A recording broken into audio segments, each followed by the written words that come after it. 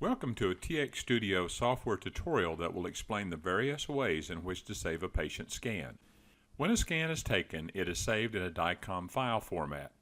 Dicom is an acronym for Digital Imaging and Communications in Medicine, a standard for handling, storing, printing, and transmitting information in medical imaging.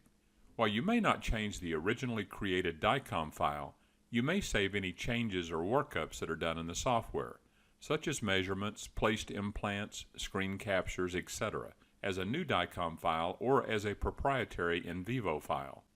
After looking at a scan in TxSTUDIO and before it is closed, you will be asked if you want to save any changes that have been made. If you select No, a new file will not be created and any changes made will not be saved. If you would like to save the file, select Yes, select a save location, and generally accept full or uncompressed. If you would like to compress the scan for easier transfer, consult the TxSTUDIO reference manual for details. The scan will be saved as one file that contains both the scan data and any workup data. An in vivo file can only be opened in TxSTUDIO, in vivo, or related free viewers.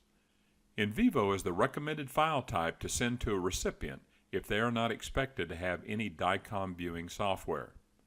If you have computer storage limitations, you may want to save just the changes made as a project file. The file format is much smaller than either a Dicom or in vivo file and would therefore use less computer storage. It also opens faster than the other save formats.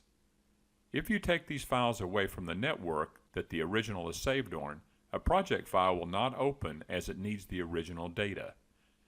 TxSTUDIO offers three options when saving the original scan with any changes as a Dicom file: single file Dicom, multi-file Dicom with DICOM-DIR, and multi-file Dicom with .DCM.